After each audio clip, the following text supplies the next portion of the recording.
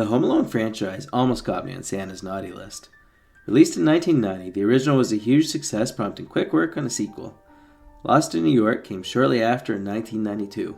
Now I gotta admit, the sequel, Lost in New York, was my favorite of the two films. The first time I saw it was on summer vacation and we were visiting my aunt who lived 12 hours away. Now every time we stayed there, I would find that VHS, plug it into their VCR, hit play, then rewind, and then I'd hit play again. I'm sure you all have that one film from when you were a kid that caused you to wear out the rewind and play button on your parents' VCR or DVD player. For me, that was this film. I don't know what it was about the movie I loved so much. Maybe I saw a resemblance of Macaulay Culkin, or maybe I just found that it was a funny movie. But to my 5-year-old little brain, it was the pinnacle of cinema. Flawless in every way. It didn't matter that I never saw the first film. Lost in New York worked even without it. Finally, on one of our visits, my aunt gave me the VHS when we were leaving. She said I watched it more than her kids, and clearly I enjoyed it more because I wouldn't stop watching it over and over again, something she still brings up occasionally today. I remember the drive home, holding the VHS, looking at the image of Kevin looking shocked, and holding a newspaper that had the Statue of Liberty doing an impression of the Scream by Edward Munch. This is something Kevin does on the cover of the original box art for the first film, as well as a scene he does in the movie when he slaps his cheeks together after applying aftershave. It's one of the most recognizable scenes for the franchise, and it actually wasn't scripted that way. Macaulay Culkin was supposed to remove his hands, but on the first take, for whatever reason, he kept them glued to his cheeks. The director thought it was odd and kind of funny, but kept rolling the film, and he ended up keeping that take in the end, rather than any of the other ones where Kevin did the scene properly. After getting home, I continued to watch the movie religiously over the summer. My trouble began at the end when I had almost all the iconic lines memorized, and I would parrot them back to just about anybody who would listen. Something I'm sure my parents thoroughly enjoyed. I can almost see them exchanging looks now when I told them I wanted a talk boy to record myself talking, just like Kevin. I couldn't have been the only one who felt that way about the talk boy either. Despite only being a prop created just for the film, the company Tiger Electronics ended up getting permission to build and distribute the real thing, and it went on to become one of the most sought-after gifts of the 90s. They discontinued it in 1999, but who knows? Maybe now that I have an eBay account, I'll go out and buy one for myself. After somehow failing to persuade my parents to buy me the Talk Boy, and with Christmas right around the corner, I decided the best way to get one would be from Santa Claus himself. Unfortunately for me, I never even made it close to Santa's lab that year. You see, I was at the mall with my family when we came across Santa walking through the halls.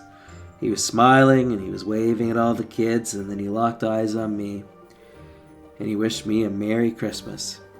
And it was at this point I decided the best, and only reply really, would be of course my favorite line from the entire franchise. Merry Christmas, you filthy animal, and a Happy New Year. And that's how I almost ended up on Santa's naughty list. First off, I want to say the attention to detail in this set is amazing. From recreating the original film's booby traps to the little details like Buzz's girlfriend's photo in his room. Whether they watched this film before they designed the set, or they watched it while they were making it, it's clear they watched it over and over, just like me, so they could get all the details right. Rail pieces are used beneath the windows to help the front wall, revealing the inside. On the first floor, we have the living room on the left, the main stairway, and the dining room on the right. By turning a crank on the side of the build, you can move the poster of the basketball player, Michael Jordan in the movie, around on a miniature train set. Kevin's mom is a clothing designer, so on the dining room side, one of her mannequins spins on a record player, also just like in the movie. The living room is full of clever builds. The tiny spinning train set and the armchair with a bowl of ice cream is in the front, a fireplace and a Christmas tree is in the back. Other than presents under the tree, there are also ornaments and toy cars. Marv steps on these when he tries to enter through the window, and while the scene does look painful, in reality the glass ornaments were made from candy. The dining room consists of a table, chairs, mannequin in the foreground, a grandfather clock, and the fan that's used to blow feathers all over Harry's face in the background. The table also has a nice romantic setting with candles and a table centerpiece, perfect for enjoying a plate of what else other than mac and cheese. The second floor consists of Buzz's bedroom, the landing, the bathroom, and Kevin's parents' room. The bathroom is a simple build with a sticker mirror, toilet, and sink, perfect for posing Kevin after he's applied his aftershave. There's not a lot of room in the parents' bedroom. I found it to be a bit cramped, but the designer still managed to put in a couple nods to the movie. The clock on the side table shows 12 o'clock, as that's when it had been reset to when it was accidentally unplugged, which ultimately caused the family to miss their alarm and be late for the airport. And also on the nightstand is a box of popcorn that Kevin eats as he jumps up and down on the bed. Fun fact, during this scene, members of the film crew lay on the floor to catch Macaulay Culkin if he fell off the bed. On the other side of the second floor is Buzz's room. Now, I like Buzz's room a lot more than his parents because it seems a lot less cluttered. On his desk is a flyer for Duncan's Toy Chest, the toy store from the second movie. His BB gun is on the back wall above the headboard, and his shelves contain things like the tarantula container, various junk, and, as Kevin puts it, Buzz's life savings. On the opposite wall is a safe containing a heart, and above that a picture of Buzz's girlfriend, who I always called Woof due to Kevin's remarks on her appearance. In reality, the picture is actually the director's son wearing a wig, because he felt it would be too cruel to humiliate someone in real life. In the main hallway is the can of paint booby trap and the pet tarantula. Tipping the can off the railing, it falls down the steps just like in the movie, although I had a hard time making it actually fall down properly and not having it just landing on the stairs. In the attic is Kevin's room with his pull-out couch bed, the battle plan on his side tables, which actor Macaulay Culkin actually drew up for in the movie, and a gumball machine. The back side of the house contains the kitchen and basement. Just like in the movie, the flame used to ignite Harry's head is here by the door, and a box of Nero's pizza is on the island. Angels with Filthy Souls plays on the TV on the countertop. Below in the basement, the furnace Kevin is scared of lights up, and if you turn the crank, an iron falls from the laundry chute to hit Marv in the face.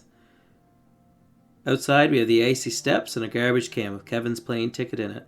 Eagle-eyed watchers will see the ticket swept off the counter in the first movie and into the trash when Kevin's father cleans up spilt milk off the table. The treehouse in the backyard also has some nice details with a pirate flag and toy plane in the tree.